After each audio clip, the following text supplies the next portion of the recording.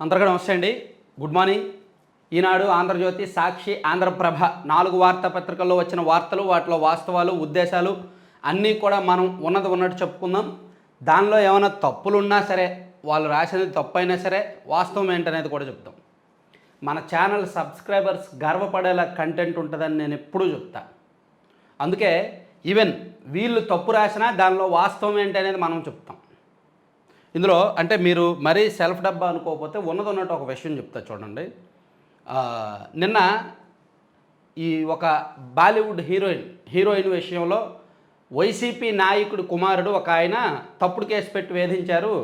So YCP నాయకుడి కుమారుడికి ఆ హీరోయిన్కి ప్రేమ వ్యవహారం నడిచింది అని నిన్న రాశారు కదా ఆంధ్రజ్యోతి, ఈనాడు లాంటి పత్రికల్లో. కానీ అందులో వాస్తవం అది కాదు. ఒక పారిశ్రామికవేత్తకు అండ్ హీరోయిన్కు మధ్య జరిగిన వ్యవహారం అది. ఆ వ్యవహారంలో ఇక్కడ ప్రైవేట్గా సెటిల్ చేశారు అని ఫస్ట్ బ్రేక్ చేసింది మన ఛానలే. రాష్ట్రంలో ఏ మీడియా కూడా ఫస్ట్ అంతా కూడా హీరోయిన్ పేరు చెప్పలేదు, సరే అది చెప్పక్కర్లేదు. పారిశ్రామికవేత్త పేరు చెప్పలేదు, ప్లస్ జరిగిన విషయం చెప్పలా. ముంబైలో ఆ అమ్మాయి కేసు పెట్టిందని, దానికి కౌంటర్గా ఇక్కడ కేసు పెట్టారని, దాని ద్వారా ఆ అమ్మాయిని తీసుకొచ్చి ఇక్కడ రాజీ చేశారని, హింసించారని ఎవరూ చెప్పలా. ఫస్ట్ నిన్న మనమే చెప్పాం ఫ్యాక్ట్స్ బిహైండ్ హీరోయిన్తో అఫైరు, పారిశ్రామికవేత్తకు వైసీపీ అండ, ప్రైవేట్ అఫైర్లో సెటిల్మెంట్ అని నిన్న మార్నింగ్ 10 గంటలకు ఈ వీడియో మనం చేసాం. ఇది చేశాకే చాలామంది వాస్తవాలు ఏంటి అనేది గ్రహించి ఈరోజు అసలైన నిజాలు రాశారు. ఇదిగోండి, ఈరోజు నిజాలు రాశారు ఈనాడులోనూ, సాక్షిలో కూడా, ఆంధ్రజ్యోతిలో కూడా. ముంబైలో కేసు, బెజవాడలో సెటిల్మెంట్.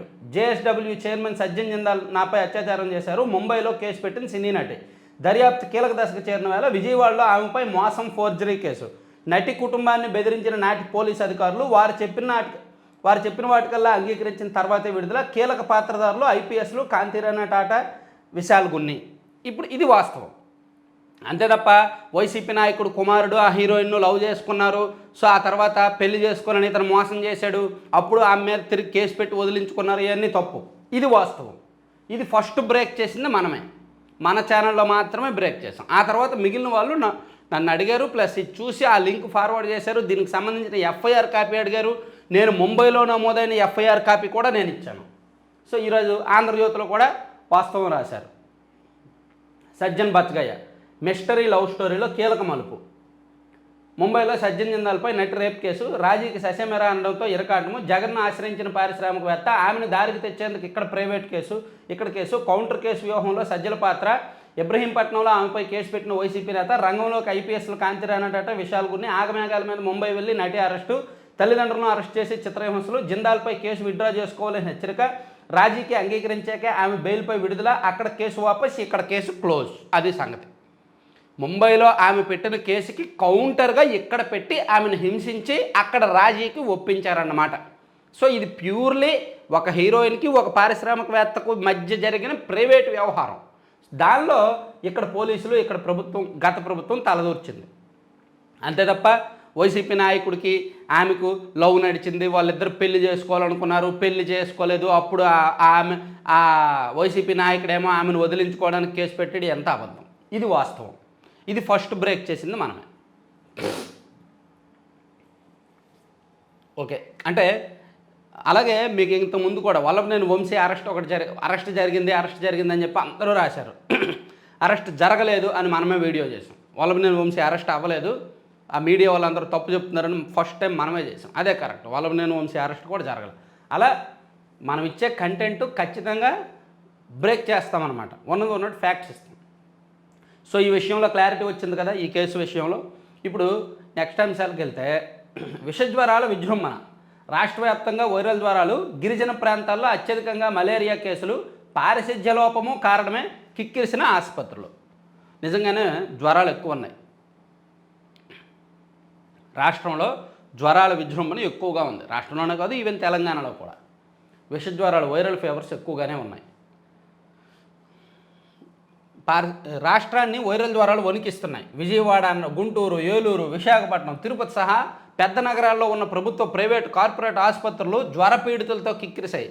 అంతెందుకు ఒక ఆర్ఎంపీ హాస్పిటల్ దగ్గరికి వెళ్ళినా సరే మినిమం 15 మంది ఉంటున్నారు. సాధారణంగా ఆర్ఎంపీల దగ్గర ఒకళ్ళో ఇద్దరు మాత్రమే ఉంటారు ఎప్పుడు వెళ్ళినా, కానీ మినిమం 15 మంది ఉంటున్నారు. అక్కడ కూడా ఒక పెద్ద లైన్ ఉంటుంది. అంటే అంతగా జ్వరపీడితులు ఉన్నారు రాష్ట్రంలో. జ్వరాల విషయంలో నాకు అంటే ఈ సంవత్సరం ఇప్పుడు ఈ సీజన్లో వస్తున్న జ్వరాల విషయంలో నాకున్న ప్రాథమిక అవగాహన ఒకటి చెప్తా. సాధారణంగా ఇప్పుడు వరకు డెంగ్యూ ఫీవర్ ఎవరికి వచ్చినా సరే 4 రకాల లక్షణాలు ఉంటాయి. అంటే 4 రకాల జ్వరాలు వస్తాయి. డెంగ్యూ ఇప్పుడు వరకు 4 రకాలుగానే గుర్తించారు. సో అది N1 అని ఏదో అంటారు, N1 N2 అని సంథింగ్ ఏదో దానికి పేరు ఉంటుంది, GN1 GN2 ఏదో అంటారు, నాకు సరిగ్గా గుర్తులేదు. కానీ ఇప్పుడు వస్తున్న లక్షణాలు ఆ 4 లక్షణాలకి విభిన్నంగా ఉన్నాయి.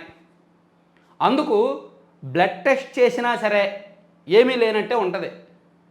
టైఫాయిడ్ లేదు, మలేరియా లేదు, డెంగ్యూ లేదు, ఏమీ లేనట్టు ఉంటుంది, అంత నార్మల్ ఉంటుంది. కానీ జ్వరం వస్తుంటుంది, పోతుంటుంది, వస్తుంటుంది, పోతుంటుంది, ఒళ్ళు నొప్పులు, విపరీతమైన టెంపరేచరు 102, 103 ఎక్కువ ఉండటం. అది ఈ సంవత్సరం ఈ సీజన్లో వస్తున్న జ్వరాల లక్షణాలు అలా ఉంటున్నాయి. హై టెంపరేచర్ వస్తుంది, బాడీ పెయిన్స్ వస్తున్నాయి, విపరీతమైన తలనొప్పి, వికారం ఉంటుంది. కానీ బ్లడ్ టెస్ట్లో అంత నార్మల్ వస్తుంది. అంటే ఇప్పుడు వరకు ఉన్న డెంగ్యూ లక్షణాలకు భిన్నంగా ఇది వచ్చింది. సో దీన్ని డాక్టర్స్ కూడా ఐడెంటిఫై చేయలేకపోతున్నారు. ఇది కొత్త రకం జ్వరం, డాక్టర్స్ కూడా ఐడెంటిఫై చేయలేకపోతున్నారు. ఐడెంటిఫై చేస్తేనే ఆ ఇన్ఫెక్షన్ ఏంటి, ఆ వైరస్ ఏంటి అనేది ఐడెంటిఫై చేస్తేనే దానికి తగ్గట్టు మెడికేషన్ ఇవ్వగలరు. వాళ్ళు ఐడెంటిఫై చేయకపోతే రెగ్యులర్గా నార్మల్గా జ్వరానికి ఏమి ఇస్తారో అదే ఇస్తున్నారు. దానివల్ల ఇది తగ్గట్లేదంట. సో అది కొంచెం ఇబ్బందికరంగానే ఉంది. అందుకే ఈ సంవత్సరం ఎక్కువ ఉన్నాయి జ్వరాలు, ఎక్కువ ఉన్నాయి, తగ్గట్లేదు, తగ్గి మళ్ళీ వస్తున్నాయి, తగ్గి మళ్ళీ వస్తున్నాయి. నాకు తెలిసి ప్రతి ఇంట్లో కూడా జ్వర బాధితులు ఉండే ఉంటారు. ప్లస్ అతిసారం కూడా, నీళ్ళ విరేచనాలు కూడా ఈ సంవత్సరం ఎక్కువయ్యాయి. గతంలో ఎప్పుడూ లేవు. అతిసారం, డయేరియా కూడా ఈ సంవత్సరం బాగా ఎక్కువైంది. నాకు తెలిసి ప్రతి ఇంట్లో కూడా ఈ బాధితులు కూడా ఉండే ఉంటారు. ప్రతి హాస్టల్స్లో ఈ కల్చర్ ఇంకా ఎక్కువ ఉంది. ఈ హాస్టల్స్ ఉంటాయి కొన్ని సంక్షేమ వసతి గృహాలు, అక్కడ కూడా డయేరియా బాధితులు ఎక్కువగా ఉన్నారు. ఇదిగోండి 56 చోట్ల అతిసారం. సీజనల్ వ్యాధుల్లో డయేరియా ఒకటి. రాష్ట్ర వ్యాప్తంగా 56 చోట్ల అతిసారం కేసులు ఎక్కువగా నమోదయ్యాయి. ఈ ఏడాది జనవరి నుంచి ఇటీవల వరకు 2000 మందికి పైగా అతిసారం బారిన పడ్డారు. 7 ప్రాణాలు కోల్పోయారు. 2000 ఏంటండి, 2 లక్షల మంది ఉంటారు. 2000 అని రాశారు, ఇంకా ఎక్కువ మంది ఉంటారు. డయేరియా కూడా నాకు తెలిసి ప్రతి ఇంట్లో కూడా ఒకరిని టచ్ చేసి వెళ్ళే ఉంటుంది, లేదా ప్రతి ఇంట్లో కాకపోయినా 2-3 ఇళ్ళకి ఒకరికైనా సరే వచ్చి ఉంటుంది, టచ్ చేసి వెళ్ళింది. ఈ సంవత్సరం అయితే మాత్రం ఇవి ఎక్కువ ఉన్నాయి.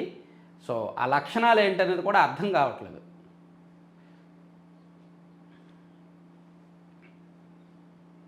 సో మనకే ఇలా ఉందంటే ఏజెన్సీ గ్రామాల్లో ఇంకా ఎక్కువ ఉంటుంది. ఏజెన్సీ ప్రాంతాల్లో ఆ వైరల్ ఫీవర్స్, ఈ ఇన్ఫెక్షన్స్ ఇంకా ఎక్కువ ఉంటాయి. తర్వాత క్రిస్ సిటీ శంకుస్థాపనకు ప్రధాని మోదీ వచ్చే నెల మొదటి వారంలో పర్యటన. కూటమి ప్రభుత్వానికి 100 రోజులు పూర్తయిన సందర్భంగా నిర్వహించేలా మరో ప్రతిపాదన. సెమీకండక్టర్ తయారీ పరిశ్రమలకు క్రిస్ సిటీలో ప్రాధాన్యం. రాష్ట్రంలో తొలి గ్రీన్ ఫీల్డ్ స్మార్ట్ ఇండస్ట్రియల్ సిటీగా క్రిస్ సిటీ పనులు ప్రారంభించేందుకు రంగం సిద్ధమైంది. కేంద్ర రాష్ట్ర ప్రభుత్వాలు ప్రతిష్టాత్మకంగా చేపట్టిన కృష్ణపట్నం సిటీ క్రిస్ సిటీ పనులకు ప్రధాని మోదీ భూమి పూజ చేయనున్నట్టు సమాచారం. సెప్టెంబర్ మొదటి వారంలో ప్రధాని పర్యటన ఉండొచ్చని అధికారులు భావిస్తున్నారు. అలా కాకుంటే కూటమి ప్రభుత్వం ఏర్పడి 100 రోజులు పూర్తయిన సందర్భాన్ని బట్టి, అంటే సెప్టెంబర్ 20 తర్వాత ప్రధాని పర్యటన ఉండేలా మరో ప్రతిపాదన అధికారులు పరిశీలిస్తున్నారు. ఓకే, కేంద్ర రాష్ట్ర ప్రభుత్వాలు కలిసి ఆ ఇండస్ట్రియల్ పార్క్ని ఏర్పాటు చేయబోతున్నాయి. దానికి ప్రధానమంత్రి మోదీ గారు వచ్చే అవకాశం ఉంది అని క్వశ్చన్ మార్క్ పెట్టి రాశారనమాట. తర్వాత కలరా నివారణకు హిల్ కాల్ టీకా నోటి ద్వారా తీసుకునే వీలు, ఏడాదికి 20 కోట్ల డోసుల తయారీ. Bharat biotech international executive chairman doctor Krishna ఎల్లా. సో ఈనాడు వాళ్ళు పార్ట్నర్స్ దీనిలో, భారత్ బయోటెక్లో. అందుకని అందులో ఏం జరిగినా సరే హైలైట్ చేస్తూ రాస్తుంటారులే, అది కామనే. పార్ట్నర్స్ ప్లస్ ఫ్యామిలీ ఫ్రెండ్స్ కూడా వాళ్ళు వీళ్ళు. సో అందుకని రాస్తూ ఉంటారు. నోటి ద్వారా తీసుకునే కలరా వ్యాక్సిన్ హిల్కాల్ను భారత్ బయోటెక్ ఇంటర్నేషనల్ మంగళవారం హైదరాబాద్లో విడుదల చేసిందంటండి. ఓకే, తర్వాత బలవంతపు మత మార్పిళ్ళు ఆగాలి. ప్రసాదం అన్నదానంలో నాణ్యత లేకపోతే సహించేది లేదు. పాలక వర్గాల్లో అదనంగా 2 సభ్యులు. ధూపదీప నైవేద్యం సాయం 10,000కు పెంపు. దేవాదాయ శాఖపై సమీక్షలో సీఎం చంద్రబాబు. ఇకపై ఎక్కడ బలవంతపు మత మార్పిళ్ళు ఉండకూడదు. ఆ దిశగా దేవాదాయ శాఖ కార్యక్రమాలు అమలు చేయాలి.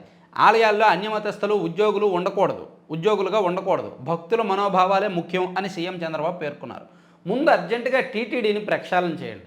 ఆ టీటీడీలో దర్శనాలు ఇప్పటికీ బ్లాక్లో అమ్ముతున్నారు. ఇప్పటికీ కూడా బ్రేక్ దర్శనం 5,000 రూపాయలకు బ్లాక్లో అమ్ముతున్నారు. ముందు దాన్ని ప్రక్షాళన చేయండి. సామాన్య భక్తులకు అక్కడ దర్శనాలు కలిగేలాగా, సామాన్య భక్తులకు ఇబ్బందులు లేకుండా రూమ్లు దొరికేలాగా చూడండి. ముందు చేయాల్సింది అది. కనీసం రోజుకి యావరేజ్గా 1,50,000 మంది వెళ్తారు అక్కడికి. నేను మొన్న ఆశ్చర్యపోయాను. దర్శనాలు, బ్రేక్ దర్శనాలు బ్లాక్లో దొరుకుతున్నాయంట అక్కడ. ఎంత దారుణం అండి. సో అదొకసారి ముందు అది ప్రక్షాళన చేస్తే ఆ తర్వాత మిగిలిన కబుర్లన్నీ చెప్పొచ్చు. ముందు టీటీడీని ప్రక్షాళన చేసి ఆ తర్వాత శ్రీశైలం, తర్వాత అన్నవరము, ఆ తర్వాత విజయవాడ, అలా పెద్ద పెద్ద క్షేత్రాలన్నీ ప్రక్షాళన చేసి ఆ తర్వాత మిగిలిన అన్ని ఆలయాల జోలికి వెళ్ళాలి. టీటీడీలో పరిస్థితులు అస్సలు మెరుగు అవ్వలేదు ఇప్పటికీ కూడా. మేబీ ప్రసాదం పెడుతున్నారు, లైన్లో ఉన్న వాళ్ళకు ప్రసాదం పెడుతున్నారు, అది ఇచ్చారు. గతంలో లేదు, వీళ్ళు ఇచ్చారు, అంతవరకు బెటర్. కానీ దర్శనాల్లో ఈ దళారీ వ్యవస్థ పోలేదు, రూములు కూడా దొరకట్లేదు. ముందు అది చూడాలి అర్జెంటుగా ప్రభుత్వం. ఆ తర్వాత ఇటువంటి కబుర్లు ఎన్నని చెప్పుకోవచ్చు. తర్వాత రివర్స్కు చెల్లు, మళ్ళీ పాత టెండర్ల విధానమే బోర్డ్ ఆఫ్ చీఫ్ ఇంజనీర్ సిఫార్సు, మంత్రిమండలి భేటీలో తుది నిర్ణయం. ఈరోజు కేబినెట్ భేటీ జరగబోతోంది. సో ప్రతిదీ కూడా రివర్స్ టెండరింగ్కి గత ప్రభుత్వం వెళ్ళింది కదా, ఈసారి రివర్స్ టెండరింగ్ ఏమీ లేదు, పాత టెండర్ల విధానమే తీసుకొస్తారనమాట. గతంలో కూడా రివర్స్ టెండర్ వలన సాధించిన ప్రగతి ఏమీ లేదు, వచ్చిన ప్రయోజనం ఏమీ లేదు. ఓన్లీ రాజకీయ కుట్రలు, రాజకీయ కక్ష సాధింపు తప్ప. గత ప్రభుత్వంలో ప్రతిదీ రివర్స్ టెండరింగ్ వేసేవాళ్ళు. అప్పట్లో 2019లో జగన్మోహన్ రెడ్డి గారు సీఎంగా ప్రమాణ స్వీకారం చేసినప్పుడే చెప్పారు, 100 కోట్లు దాటిన ప్రతి టెండరు కూడా న్యాయ సమీక్షకు వెళ్తుంది, జడ్జీలందరూ కూడా చూసి అది సిఫార్సు చేసిన వాళ్ళకే ఇస్తామని చెప్పేవాళ్ళు. కానీ అదంతా ఉత్తిత్తు కబుర్లే. ప్రతిదీ వాళ్ళకి కావాల్సిన వాళ్ళకి, విద్యుత్ కాంట్రాక్టులు అయితే షిరిడి సాయి వాళ్ళకి, స్మార్ట్ మీటర్లు అయితే అదానీకి, ఇలా వాళ్ళకి ఎవరికి కావాలో వాళ్ళకే ఇచ్చారు. పోలవరం ఏమో మేఘాకి, వాళ్ళకి కావాల్సిన వాళ్ళకి ఇచ్చుకున్నారు. కానీ కబుర్లు మాత్రం న్యాయ సమీక్షకి ఇస్తాము, రివర్స్ టెండర్లు వేస్తామని కబుర్లు చెప్పారు. సో ఇప్పుడు మళ్ళీ పాత టెండర్ల విధానానికి వస్తున్నారు. ఇది కరెక్ట్. అసలు దీనివలన ఆలస్యం కూడా, రివర్స్ టెండర్ల వలన ప్రయోజనం ఉండట్లేదు. తర్వాత ఢిల్లీ మద్యం కేసులో కవితకు బెయిల్, సుదీర్ఘ వాదనల అనంతరం ఉత్తర్వులు జారీ చేసింది సుప్రీంకోర్టు. ఢిల్లీ మద్యం కేసులో భరాస ఎమ్మెల్సీ కవితకు సుప్రీంకోర్టు బెయిల్ మంజూరు చేసింది. మంగళవారం సుదీర్ఘ విచారణ అనంతరం justice BR Gavai, justice KV విశ్వనాథన్తో కూడిన ధర్మాసనం ఈ మేరకు ఉత్తర్వులు జారీ చేసింది. సో అంటే ఆల్రెడీ సిబిఐ, ఈడీ విచారణ పూర్తయింది కదా, ఛార్జ్ షీట్లు కూడా వేసేసాయి కదా, ఇంకా నిందితులు జైల్లో ఉండాల్సిన అవసరం లేదు, అందులోకి ఆమె మహిళ కదా కాబట్టి బెయిల్ ఇచ్చేయచ్చని భావిస్తున్నాము అని నిన్న సుప్రీంకోర్టు వ్యాఖ్యానించి బెయిల్ ఇచ్చేసిందన్నమాట.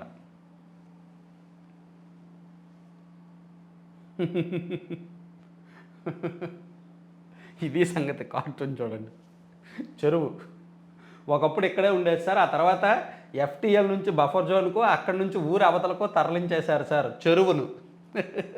చెరువు ఇక్కడ ఉండేది, మాయమైందంట. ఈ బఫర్ జోన్కి తరలించి అక్కడి నుంచి ఊరు అవతలకు మాయమైందంట చెరువు. దాని గురించి రైతులు, అధికారులకు ఏ విధంగా చెప్తున్నారు చూడండి. నిజంగా మన రాష్ట్రంలో ఇప్పుడు హైదరాబాద్లో హైడ్రా ఎలా ఉందో, ఆంధ్రప్రదేశ్లో కూడా ఎక్కడికక్కడ చెరువుల ఆక్రమణలు ఉన్నాయి. ప్రతి ఊర్లో కూడా చెరువుల ఆక్రమణలు ఉన్నాయి. దాన్ని కట్టడి చేయడానికి ఒక బలమైన వ్యవస్థను తీసుకురావాలన్నమాట ప్రభుత్వం. అది చేయాలి. చేస్తే చెరువులను కాపాడితే, చెరువుల ఆక్రమణలు తగ్గిస్తే పంటకు నీరు అందినట్టే. అది ఆలోచించాలి ప్రభుత్వం. విషజ్వరాల విజృంభణ వంతెన బాధ్యత ప్రభుత్వం భుజాన వేసుకోవాలి. దేవురు నలుగురు వ్యక్తులు భుజాలపై మహిళను మోసుకుంటూ వాగు దాటిస్తున్న ఈ చిత్రం అల్లూరు సీతారామరాజు జిల్లా ముంచంగిపట్టు మండలం లక్ష్మీపురం పంచాయతీలోది. బరువైన బాధ్యత ఇక్కడ వారిని అనాదిగా వేధిస్తోంది. పంచాయతీకి చెందిన ఉబ్బెంగులు, దొరగొడ గ్రామాలకు రోడ్డు రవాణా సదుపాయం లేదు. బాహ్య ప్రపంచానికి రావాలంటే కొండలు ఎక్కాలి, వాగులు దాటాలి. ఏజెన్సీ గ్రామాల్లో ఇప్పటికీ ఈ పరిస్థితులు ఉన్నాయి.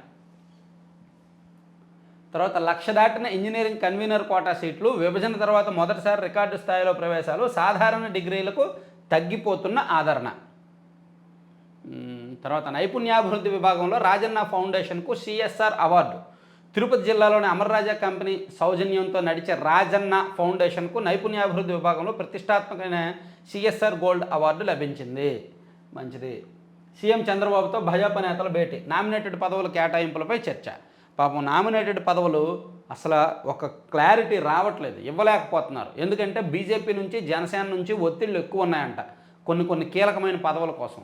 దాంతో ఈ నామినేటెడ్ పదవులు అందుకే లేట్ అవుతున్నాయి, వీళ్ళు ఫైనల్ చేయట్లా. తర్వాత రాష్ట్రం నుంచి 2 జాతీయ ఉత్తమ ఉపాధ్యాయులు, జాతీయ ఉత్తమ ఉపాధ్యాయుల పురస్కారాలు 2024కు ఆంధ్రప్రదేశ్ తెలంగాణ నుంచి ఇద్దరేసి చొప్పున 4 అధ్యాపకులు ఎంపికయ్యారు. కేంద్ర విద్యాశాఖ మంగళవారం ఈ అవార్డులను ప్రకటించిందంట. సో ఆంధ్రప్రదేశ్ నుంచి ఏపీ నుంచి ఎం శ్రీనివాసరావు, గుడివాడ ఎస్పీఎస్ పురపాలక ఉన్నత పాఠశాల, అలాగే కునాటి సురేష్ శ్రీకాళహస్తి మండలం ఓరందూరు జడ్పీ ఉన్నత పాఠశాల, వాళ్ళిద్దరికీ కూడా ఆంధ్రప్రదేశ్ నుంచి జాతీయ ఉత్తమ ఉపాధ్యాయులు ఇస్తున్నారు. ముంబైలో కేసు, బెజవాడలో సెటిల్మెంట్, ఇది మొత్తం వ్యవహారం. ఈరోజు రాసిన వ్యవహారం కరెక్ట్. ఈరోజు ఇది ఏదైతే రాశారో ఇది కరెక్ట్. ఇది మనం నిన్నే బ్రేక్ చేసాం.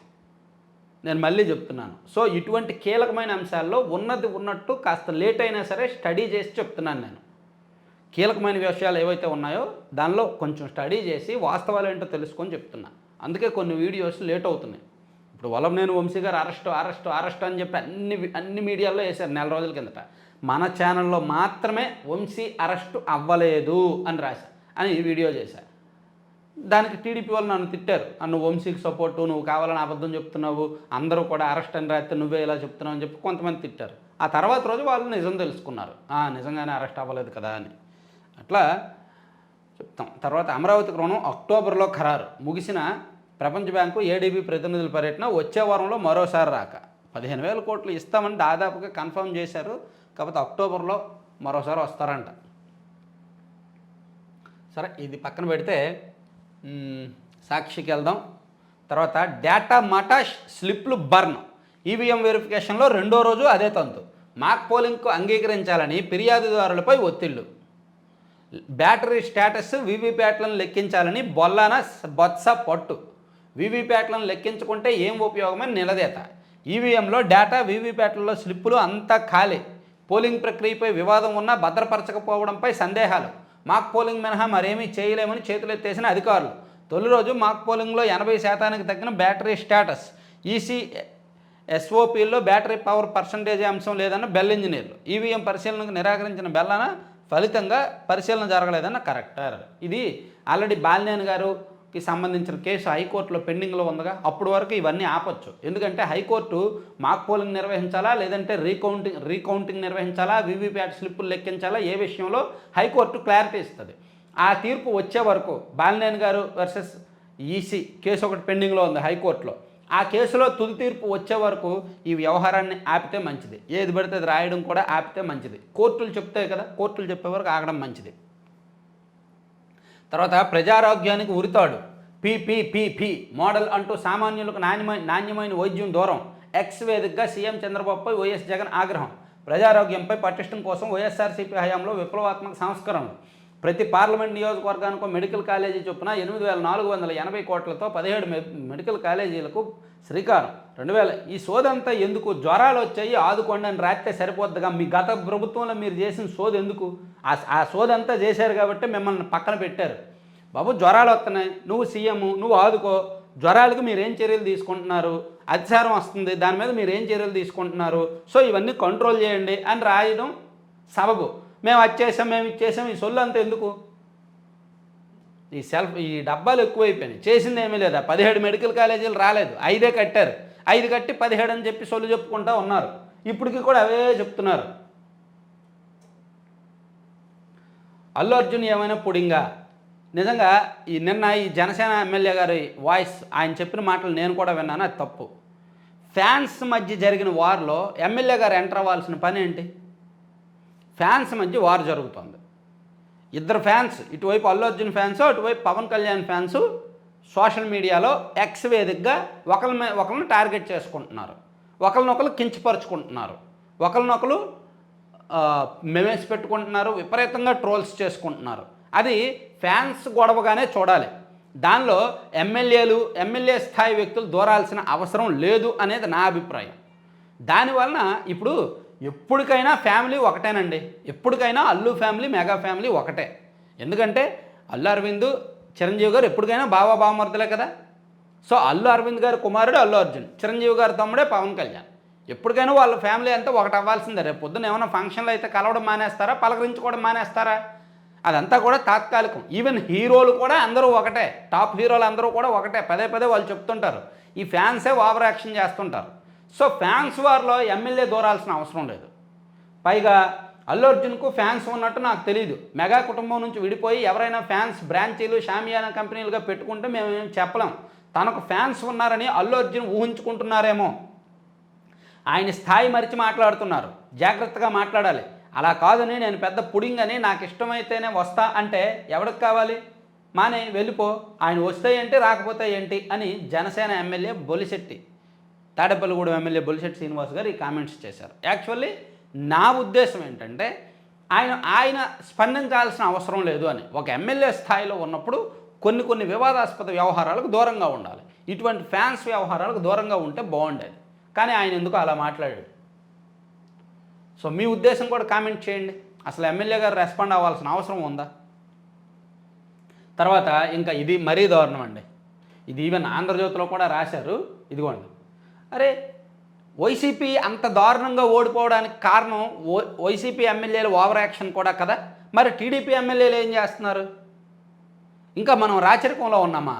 ఎమ్మెల్యే అయితే పోలీసులు వచ్చి గులాం కొట్టాలా, సలాం కొట్టాలా? చూడండి, ఎమ్మెల్యే గారి భార్య బర్త్డే, దానికి ఇంతమంది పోలీసులు వెళ్ళి కేక్ తీసుకొచ్చి కట్ చేయించారు. ఎమ్మెల్యే గారి భార్య పుట్టినరోజుకి, చిలకలూరుపేట ఎమ్మెల్యే పత్తిపాటి పుల్లారావు గారి వైఫ్ పుట్టినరోజు అంట. దానికి పోలీసులందరూ వెళ్ళి కేక్ తీసుకెళ్ళి కట్ చేయించి చప్పట్లు కొట్టి శుభాకాంక్షలు చెప్పారు. ఆ యూనిఫామ్కి విలువ ఉండాలి కదండి. ఎమ్మెల్యే గారి భార్యకి ఏమైనా ప్రోటోకాల్ ఉంటుందా? పోలీసులు ఇలా ఓవర్ యాక్షన్ చేయబట్టే నాయకులు పోలీసుల్ని కించపరిచేలా మాట్లాడతారు. పోలీసులకు విలువ తగ్గిపోతుంది. పోలీసుల్ని విమర్శలకు గురవుతున్నారు. ఇలా పోలీసులు అతి చేయబట్టే జరుగుతుంది. అది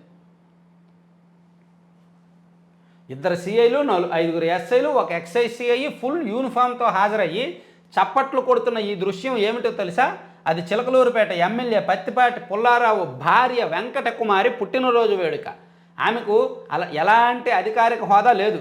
అయినా సరే మంగళవారం ఆమె పుట్టినరోజు సందర్భంగా చిలకలూరుపేట అర్బను, రూరల్ పోలీసు అధికారులు హాజరై ఆమెకు జన్మదిన శుభాకాంక్షలు తెలిపారు. ఒక కేకు తెచ్చి ఆమెతో కట్ చేయించి చప్పట్లు కొట్టారు. అంటే మామూలుగానే చిలకలూరుపేట విషయంలో కొంత ఉంది. ఎమ్మెల్యే గారి భార్య పెత్తనం ఎక్కువగా ఉంటుంది. గతంలో కూడా 2014 నుంచి 19 వరకు కూడా టీడీపీ అధికారంలో ఉన్నప్పుడు ఎక్కువ విమర్శలు వచ్చాయి, ఆరోపణలు వచ్చాయి అప్పట్లోనే. సో ఇప్పుడు మళ్ళీ సేమ్ జరుగుతోంది. గతంలో మీకు గుర్తుంటే వైసీపీ అధికారంలో ఉన్నప్పుడు కూడా అంతే, పోలీసులు విపరీతమైన ఓవర్ యాక్షన్. సో వైసీపీ వాళ్ళ అడుగులకు మడుగులు వచ్చేవాళ్ళు. దాంతో పరువు పోగొట్టుకున్నారు, ప్రతిష్ఠ పోగొట్టుకున్నారు, విమర్శలు ఎదుర్కొన్నారు, రాజకీయంగా టార్గెట్ అయ్యారు. సో ఇప్పుడు కూడా సేమ్ టీడీపీ ఎమ్మెల్యేల యొక్క కుటుంబాలకు ఇలాగా అడుగులకు మడుగులు వస్తే పోలీసులు విలువ పోద్ది, మళ్ళీ సేమ్ టార్గెట్ అవుతారు, మళ్ళీ విమర్శలు ఎదుర్కొంటారు, ఆ పవర్స్ మిస్యూజ్ అవుతాయి. సో అదొకసారి పోలీసు అధికారులు ఆలోచించాలి. దీన్ని ఒక సలహాగా తీసుకుంటే మంచిది. చూడండి, వైసీపీ హయాంలో ఎమ్మెల్యేలు తెగరెచ్చిపోయారు, అధికార అహంకారంతో విర్రవీగారు. ఇప్పుడు ప్రభుత్వం మారింది, మేం ఏమాత్రం తక్కువ అంటూ కొందరు టీడీపీ ఎమ్మెల్యేలు అవే అవలక్షణాలు ప్రదర్శిస్తున్నారు. అధికార దర్పం ప్రదర్శించవద్దు అని స్వయంగా ముఖ్యమంత్రి చంద్రబాబు చెప్పినా వారి చెవికి ఎక్కడం లేదు. దీనికి ఉదాహరణలే ఈ సంఘటనలు. ఇదిగోండి 3 సంఘటనలు ఉన్నాయి. ఒకటేమో ఇది చిలకలూరుపేట ఎమ్మెల్యే గారు, రెండోదేమో 4 ఎకరాలు 30 లక్షలు, మేము చెప్పిందే ధర, ఇస్తావా చస్తావా. ఎమ్మెల్యే గల్లా మాధవి భర్త రామచంద్రరావు దందా, గతంలో అదే భూమికి ఎకరం 48 లక్షలకు ఒప్పందం, పిడుగురాలలో 4.9 ఎకరాల కొనుగోలుకు అగ్రిమెంట్. భార్య ఎమ్మెల్యే అయ్యాక సీన్ రివర్స్, చెప్పిన ధరకు భూమి అమ్మలేదని తండ్రి కొడుకులపై దాడి. చూసారా, ఎమ్మెల్యే అవ్వకముందేమో ఎకరం 48 లక్షలకు ఒప్పందం చేసుకున్నారంట. ఎమ్మెల్యే అయ్యేసరికి, గవర్నమెంట్ వచ్చేసరికి, చేతిలో పవర్స్ ఉండేసరికి 30 లక్షల చొప్పున ఇస్తావా చస్తావా అని చెప్పి బెదిరిస్తున్నారంట. ఎంత దారుణం అండి. ఎమ్మెల్యే అయితే కొమ్ములు వస్తాయా? ప్రభుత్వం ఇలా ఉంటేనే ఓడిపోతారు ఎమ్మెల్యేలు. ఇలా ఉంటేనే ఆ పార్టీ క్రికెట్ టీం అయిపోయింది. ఆల్రెడీ ఇలా చేశారు కాబట్టే గత పార్టీ క్రికెట్ టీంకి పరిమితమైంది. ఈ పార్టీకి వాళ్ళు కూడా ఇలాగే చేస్తే నిరభ్యంతరంగా, నిర్మోహమాటంగా ప్రజలు ఓట్లతో బుద్ధి చెప్తారు. సో టీడీపీ వాళ్ళు అలర్ట్ అయితే మంచిది. అలాగే మరో తాడిపత్రిలో కూడా నిన్న ఒక నాటకీయ పరిణామం జరిగింది. పోలీస్ స్టేషన్ దగ్గరకు వెళ్ళి ఎమ్మెల్యే గారు వెళ్ళి ధర్నా చేయడం, ఆ తర్వాత సిఐ గారు వీడియో కాల్ చేసి ఎమ్మెల్యే గారికి సారీ చెప్పడం, ఇవన్నీ జరిగాయి. ఇలా చాలా జరుగుతున్నాయి. మరి ఇది కూటమి ప్రభుత్వం చూసుకోవాలి. చంద్రబాబు గారు, లోకేష్ గారు చూసుకుంటే మంచిది. లేదు పర్లేదు మాకు 164 ఉంటాయంటారా, 164 మాకు ఉన్నాయంటారా, ఏదో ఒక నెంబర్ కట్ చేసేస్తారు జనం. ఏదో ఒక నెంబర్ కట్ చేసేస్తారు. ఈ చివర 1 తీసేస్తారా, ఆ చివర 4 తీసేస్తారా, మధ్యలో 6 తీసేస్తారా, ఏదో ఒకటి తీసేస్తారు. చూడండి 151లో మధ్యలో 5 తీసేశారు. సో ఎంపీ మాగుంటను నిందితుడిగా ఎందుకు చేర్చలేదు? కవిత పిటిషన్ విచారణ సందర్భంగా సుప్రీంకోర్టు ప్రశ్న. మాగుంట విషయంలో భిన్నంగా ఎందుకు వ్యవహరించారు? నిజం చెప్పాలా, అబద్ధం చెప్పాలా? వద్దులే, నిజం చెప్తే ఫీల్ అవుతారు. లాబీ విపరీతమైన లాబీ. ఆ పనులు ఆపండి. గత ప్రభుత్వంలో మంజూరై మొదలు కాని కొత్త ఆలయాలకు ముఖ్యమంత్రి చంద్రబాబు బ్రేక్. పురాతన ఆలయాల పునరుద్ధరణకు సంబంధించి 243 పనులు టీటీడీ శ్రీవాణి ట్రస్ట్ కింద తలపెట్టిన 1797 ఆలయాల పనులు నిలిపివేత. ఓకే, నిలిపేయండి, మళ్ళీ కట్టండి. నిలిపేశారులే కానీ. ర్యాలీ హింసాత్మకం. అట్టుడుకుపోయిన కోల్కతా. విద్యార్థులపై విరిగినలాటి, పోలీసులపై రాళ్ళు ఇటుకలు, ఇరు వర్గాలకు గాయాలు. అణచివేత అమానుషం. బీజేపీ ముఖ్యమంత్రి మమత రాజీనామాకు డిమాండ్. పాపం ముఖ్యమంత్రి వెనక బెంగాల్లో అయితే రాజకీయంగా మమతా బెనర్జీకి, టీఎంసీకి ఇంక ఇబ్బందే, పని అయిపోయినట్టే. టీఎంసీ వచ్చే 5 ఏళ్ళు జిల్లాల వారీగా విజన్ డాక్యుమెంట్లు. నీతి ఆయోగ్ ప్రతినిధులతో వికసిత్ ఏపీ 2047పై ముఖ్యమంత్రి చంద్రబాబు. తర్వాత ఫామ్ 20 డేటా ఎక్కడ? నియోజకవర్గాల నుంచి ఆ డేటా ఈసీ ఎందుకు రప్పించడం లేదు? ఫలితాలపై రోజుకు బలపడుతున్న అనుమానాలు, వాటిని నివృత్తి చేయాల్సిన బాధ్యత ఈసీపై ఉంది. 2019 ఫలితాల మీద కూడా అనుమానాలు ఉన్నాయి, అవి కూడా నివృత్తి చేయండి. 2019 అనుమానాలు, ఆ తర్వాత ఇది. ఓకేనా? ఐసీసీ చైర్మన్గా జైషా. బీసీసీఐ చైర్మన్గా ఉన్న జైషా ఐసీసీ పీఠం ఎక్కబోతున్నాడు. ఆయన భారత్లో చిన్న కారులదే హవా అంట. ఎలుకలు కరిచి 5 విద్యార్థులకు గాయాలు. నరసన్నపేట ప్రభుత్వ ఆసుపత్రిలో చికిత్స. శ్రీకాకుళం జిల్లా తామరాపల్లి మహిళా రెసిడెన్షియల్ కళాశాలలో ఘటన. కళాశాల సిబ్బంది నిర్లక్ష్యంపై తల్లిదండ్రుల ఆగ్రహం. ఎలుకలు కరిచి గాయాలయ్యాయంట. చూసారు, ఎలుకలు కరుస్తున్నాయి ప్రభుత్వ హాస్టల్స్లో. చూసుకోండి, గవర్నమెంట్ పరుగు పోద్ది. ఏడొకటి. తర్వాత ఇసుకపై మహాకుట్ర. తెర వెనక సూత్రధారులు ఎవరో తేలుస్తాం. ఏసీబీ అధికారుల విచారణ లక్ష్యం. పాత్రదారులు వెంకటరెడ్డి, జేపీ వెంచర్స్. మార్చి నాటికే జేపీకి డిమాండ్ నోటీసులు. జేపీ వెంచర్స్కు 877 కోట్ల జరిమానా వేశాం. మరిన్ని అక్రమాలు శోధిస్తున్న గనుల శాఖ. సుప్రీంకోర్టుకు నివేదించిన ఏపీ సర్కార్. అఫిడవిట్లో పలు సంచలన విషయాలు. మరో 3 నెలల్లో సుప్రీంకు సమగ్ర నివేదిక. సో ఇసుక విషయంలో ఒక పెద్ద కుట్ర జరిగింది అని చెప్పి చెప్పారనమాట. సో అది సుప్రీంకోర్టుకు మేము రిపోర్ట్ ఇస్తాము, 3 నెలలు టైం ఇవ్వండి అని అడిగారు. మరో 3 నెలలు. తర్వాత స్కిల్ కేర్ ఆఫ్ ఏపీ. రాష్ట్రంలో స్కిల్ యూనివర్సిటీ ఏర్పాటుకు కసరత్తు. నైపుణ్యాభివృద్ధి శిక్షణకు హబ్గా తీర్చిదిద్దే యోజన. దేశానికి తలమానికంగా ఏర్పాటు చేసేలా చర్యలు. రాష్ట్రంలో స్కిల్ యూనివర్సిటీ, ఇంత ముందు కూడా గిరిజన యూనివర్సిటీ ఒకటి, స్కిల్ యూనివర్సిటీ ఒకటి, మైనింగ్ యూనివర్సిటీ ఒకటి, ఉద్యాన యూనివర్సిటీ ఒకటి ఏర్పాటు. ఇవన్నీ కూడా ఎప్పటి నుంచో డిమాండ్లు ఉన్నాయి, కోరికలు ఉన్నాయి. ఇప్పుడు మేబీ ఈ 5 ఏళ్ళలో ఏమైనా జరుగుతాయేమో చూద్దాం. తర్వాత అర్చకులకు శుభవార్త. నెలవారీ వేతనం 10,000 నుంచి 15,000కు పెంపు, మంచి విషయం.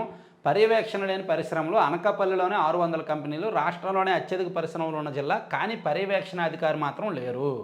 ఆ కార్యాలయం విజయనగరం జిల్లాలో. మొన్నటిదాకా అనకాపల్లి ఎమ్మెల్యేనే మంత్రి అయినా భద్రతపై దృష్టి శూన్యం. లోపాల పుట్టగా ఇన్స్పెక్షన్ పోర్టల్. ఒక్కొక్క అధికారికి 10 డ్యూటీలు, ఏ ఒక్కటి మిస్ అయినా మళ్ళీ ఏడాదికే. అది రకరకాల కారణాలు ఉంటాయి. ఆ శాఖ మంత్రి గతంలో అనకాపల్లి ఎమ్మెల్యే గారే పరిశ్రమల శాఖ మంత్రిగా పనిచేశారు. ఆయన జిల్లాలోనే అధికారులు లేరనమాట పర్యవేక్షణకు. అందుకే ప్రమాదాలు జరుగుతున్నాయని ఇచ్చారు. కరెక్టే. ఏపీలోనూ హైడ్రా. ఆ తరహా సంస్థను ఇక్కడే ఏర్పాటు చేస్తాం. అక్రమ నిర్మాణాలు ఖచ్చితంగా కూల్చేస్తాం. ఆక్రమణ స్థలాలను స్వచ్ఛందంగా వదిలేసుకోండి. భవనాలు నిర్మించుకున్నా వదిలేది లేదు నారాయణ గారు. సో ఏపీలోనూ హైడ్రా ఉంటుంది, అక్రమ భవనాలను కూల్చేస్తామని చెప్పారు. తర్వాత చీకటి చెర వీడింది. ఇకపై ప్రభుత్వ జీవోలన్నీ బహిర్గతమే. GOIR.AP.gov.in అని ఒక వెబ్సైట్ ఉంటుంది. GOIR.AP.gov.in. దానిలో ప్రతి జీవో కూడా దానిలో అప్లోడ్ చేస్తారు. బయటకు మనం డౌన్లోడ్ చేసుకొని చదవచ్చు. సో గత ప్రభుత్వం వాటిని చాలా వరకు రహస్యంగా ఉంచింది. సో ఇప్పుడు ఈ ప్రభుత్వం వాటిని అన్నింటినీ కూడా ఓపెన్ చేస్తామని చెప్తున్నారన్నమాట. ఇవి ఆంధ్రజ్యోతి వార్తలు. తర్వాత ఆంధ్రప్రభలో చూసుకుంటే ఆలయాల్లో అన్యమతస్తులు నో ఎంట్రీ ఇందాక చెప్పుకున్నాం. తర్వాత మరో ముందడుగు. కూటమి ప్రభుత్వం స్మార్ట్ గవర్నెన్స్ ఈరోజు తొలిసారిగా పేపర్లెస్ ఈ క్యాబినెట్ అజెండా నుంచి క్యాబినెట్ నోట్స్ వరకు అంతా ఆన్లైన్లోనే కాగితం రహిత పరిపాలన దిశగా నవ్యాంధ్ర అడుగులు సమాచార భద్రతకు పెద్దపేట గుడ్ గవర్నెన్స్ నివేదిక సూచనలతో కార్యాచరణ గత క్యాబినెట్లోనే ప్రయోగం. సో ఇప్పుడు ఈ క్యాబినెట్ భేటీ జరగబోతోంది. అలాగే పేపర్లెస్ అంతా కూడా డాక్యుమెంట్స్ అన్నీ కూడా నోట్ ఫైల్స్ అన్నీ కూడా ఆన్లైన్లోనే ఉంటాయన్నమాట. ఆంధ్రాలోను హైడ్రా పార్కులు ప్రభుత్వ స్థలాల్లో అక్రమ నిర్మాణాలు కూల్చివేత చెత్త నుంచి విద్యుత్ ఉత్పత్తి ఉమ్మడి జిల్లాకు ఒకటి చొప్పున ప్లాంటు అక్టోబర్ 15 నాటికి ఇసుక సమస్యకు పరిష్కారం అని చెప్పి మంత్రి నారాయణ గారు చెప్పించారు. తర్వాత 24/7 విద్యుత్ సరఫరా నాణ్యమైన విద్యుత్ సరఫరా అంట లో వోల్టేజీ అంతరాయాలకు చెక్ అంట. ఇటువంటి కబుర్లు చెప్తేనే జనం తిట్టుకుంటారు. ఎక్కడ ఉంది నాణ్యమైన విద్యుత్? నాణ్యమైన విద్యుత్ అంటే ఏంటి? బ్రేక్ డౌన్స్ ఉండకూడదు, లో వోల్టేజీ ఉండకూడదు, కటింగ్లు కూడా ఉండకూడదు. కానీ నేనే అనుభవిస్తున్నా. రోజుకు 3 సార్లు తీస్తారు మాకు. కనీసం 10 నిమిషాలు పావు గంట అయినా సరే తీస్తారు. యావరేజ్గా రోజుకు 1 గంటకు పైగా పోతుంది. నేను ఆల్రెడీ ఈ విషయాన్ని ప్రభుత్వ పెద్దల దృష్టికి కూడా తీసుకువెళ్ళా. అలాగే మొన్న ఒక పోల్ పెట్టా, మీ ఏరియాలో కరెంటు కోతలు ఉన్నాయా అని. దానికి కూడా నాకు వచ్చినవన్నీ కూడా స్క్రీన్ షాట్లు ప్రభుత్వ పెద్దలకు పెట్టాను. దానికి మనకు వచ్చిన స్క్రీన్ షాట్లు ఏవైతే ఉన్నాయో అవి కూడా నేను ప్రభుత్వ పెద్దలందరికీ కూడా పెట్టానన్నమాట. కమ్యూనిటీలో ఉంటాయి కదండి, అవి పెడితే వాళ్ళు చూసి దాని మీద రివ్యూ కూడా చేశారంట. నేను పోల్ పెట్టిన ప్రతి అంశంలో కూడా మనకు వచ్చిన రిజల్ట్ని పెద్దలకు పెడుతున్నాను. ఆ విభాగాలకు సంబంధించిన మంత్రులకో అధికారులకో పెడుతున్నాను.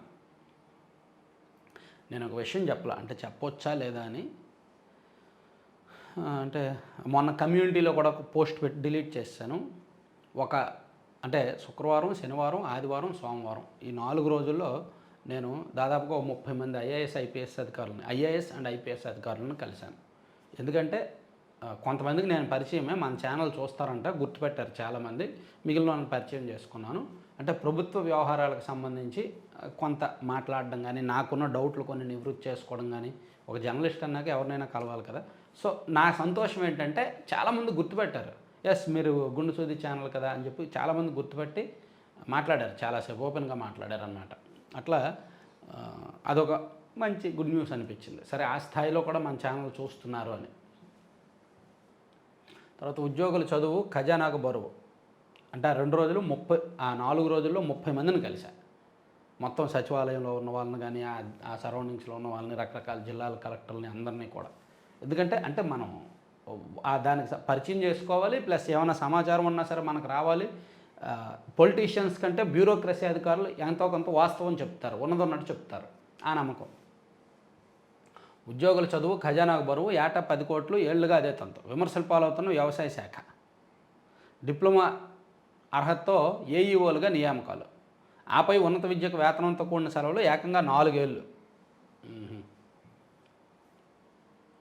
60 మంది విద్యార్థులకు అస్వస్థత. ఎమ్మెల్యే వర్సెస్ మేయర్ చెత్త రాజకీయం. కడపలో ఉద్రిక్తతలు, ఘర్షణలు, చెత్త సేకరణ వాహనాలు నిలిపేసిన మేయర్ సురేష్. స్థానిక ఎమ్మెల్యే ఆగ్రహం. టీడీపీ కార్యకర్తల ఆందోళన. మేయర్ ఇంటిలో చెత్త పారబోత. ఇది తప్పు తెలుసా? మేయర్ ఇంటిలో చెత్త వేయడం కేవలం ఒక ఛానల్ వాళ్ళు ప్రోద్బలంతో వేశారు. ఇది కేవలం ఒక ఛానల్ మీరు చెత్త వేయండి, మేము అది వీడియో వైరల్ చేస్తాము అని చెప్పడంతో వేశారంట. ఆ వీడియో కూడా బయటకు వచ్చింది. అది తప్పల. మీడియా వాళ్ళు కూడా ఓవరాక్షన్ చేయకూడదు. ఏదో వ్యూస్ కోసమో, టీఆర్పీల కోసమో, రేట్ల కోసమో అలా చేయకూడదు, రెచ్చగొట్టకూడదు అట్లా. సో ఏలూరు మేయర్ గారు టీడీపీలో జాయిన్ అయ్యారు, అదొకటి మనం చూడొచ్చు. సో ఇవన్నీ ఆంధ్రప్రభలో వార్తలు. సో ఆల్మోస్ట్ ఇంపార్టెంట్ అన్నీ అయిపోయాయి. విధ్వంసం నుంచి వెలుగుల దిశగా. వైసీపీ హయాంలో తీవ్ర స్థాయిలో దోపిడీ, ఆ గాయాలని మాన్పి మళ్ళీ అభివృద్ధి పదంలోకి. విశాఖ అభివృద్ధికి విజన్ డాక్యుమెంట్ రూపకల్పన. పారిశ్రామిక వాణిజ్య ప్రముఖుల కీలక భూమిక అని ఒకటి రాశారు. సాగునీటి సంఘాలకు త్వరలో ఎన్నికలంట. తర్వాత అసైన్డ్ భూములు బొక్కింది నిజమే, తెర వెనుక ఉన్నది నాటి వైకాపా పెద్దలైన. ఆనందపురంలో 136 ఎకరాలకు రిజిస్ట్రేషన్లు. బహిరంగ మార్కెట్లో విలువ 540 కోట్లు. ఉత్తర్వులు ఇచ్చిన వెంటనే చేతులు మారిన వైనం. పోలవరం ఎడమ కాలువ పనులకు టెండర్లు. మంచిది. జగన్ పేరు తొలగింపుపై హైకోర్టులో పిల్లు. జేటాక్స్ సొత్తు ఎక్కడ పెట్టారు? ఏ బినామీల పేరిట ఆస్తులు కొన్నారు? ఆ సొమ్ము ఎలా మళ్లించారు? ముఖ్యనేత బినామీలు ఎవరు? లోతుగా వివరాలు సేకరిస్తున్న సిఐడి. మద్యం కుంభకోణంపై ప్రభుత్వానికి ప్రాథమిక నివేదిక. సో మద్యం కుంభకోణం మీద సెపరేట్గా ఒకటి చేస్తానులే. సో ఓవరాల్గా ఇవి పత్రికల్లో ఉన్న ఇంపార్టెంట్ వార్తలు. మరిన్ని కీలకమైన అంశాలతో మనం నెక్స్ట్ వీడియోస్లో కలుద్దాం. Thank you.